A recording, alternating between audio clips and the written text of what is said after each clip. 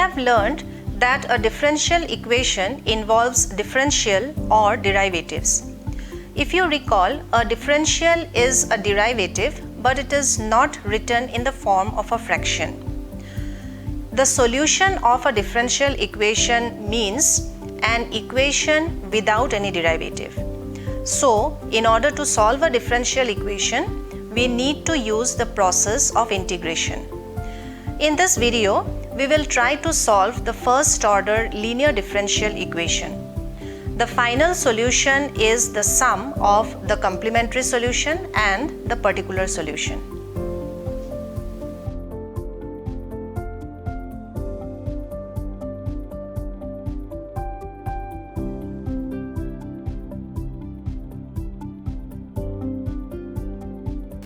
Consider this differential equation.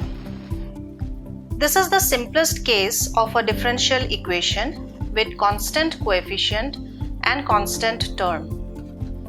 M and N are constants.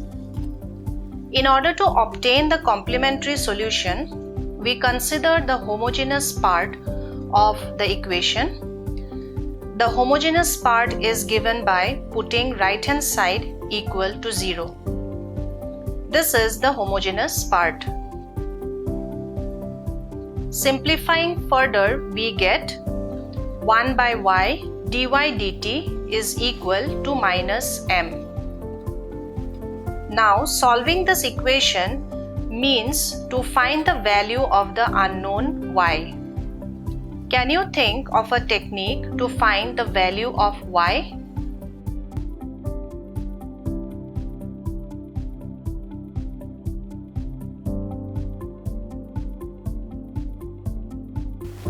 I am sure you must have found the technique.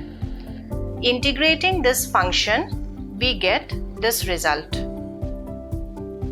We apply the rules of integration first on the left-hand side and then on the right-hand side. Equating left-hand and right-hand gives us this result. Note that since C1 and C2 are constants, we can add them and let us name it as C. To obtain log of y, we take antilog that gives us this result. If you are not familiar with logarithms, please refer to any elementary book on mathematics. If we replace e to the power c by a, we may write y is equal to a e to the power minus mt. Since we are studying dynamics, we may interpret this equation as the value of y at time t. A is any arbitrary constant. Clearly, we have eliminated the derivative from the original equation. Now, what is the value of a?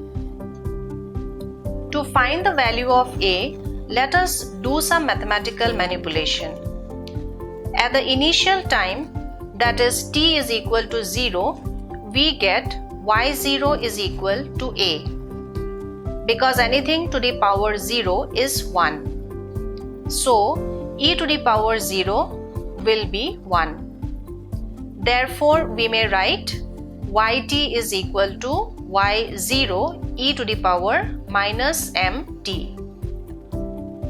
Let us represent the complementary solution as yc.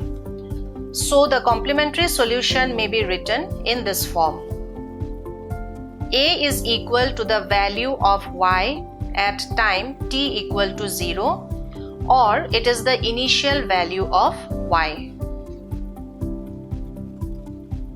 So we have found only the homogeneous part of the differential equation. If the right-hand side is not equal to 0, then we will have a non-homogeneous differential equation.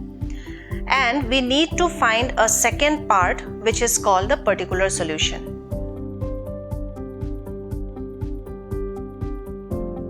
In order to find the particular solution, consider y is equal to k. K is a constant. then the original differential equation becomes my is equal to n or y is equal to n by m. Because the derivative of a constant is 0 and hence dy by dt will be equal to 0. The condition is that m must not be equal to 0. Otherwise, we get an undefined term. This is the particular solution. Now, the final solution is given by the sum of the complementary solution and the particular solution. This is the final solution. To find the value of a, we take t is equal to 0. That gives y0 is equal to a plus n by m, or a is equal to y0 minus n by m. Therefore, the final solution may be written in this form. In this video, we try to solve a first order linear differential equation with a constant coefficient and a constant term. Instead of a constant coefficient and a constant term, if we have a variable coefficient and a variable term, then the solution becomes a bit difficult. You will be introduced to such type of a differential equation in the next week. So see you next week. Till then, enjoy life and keep learning.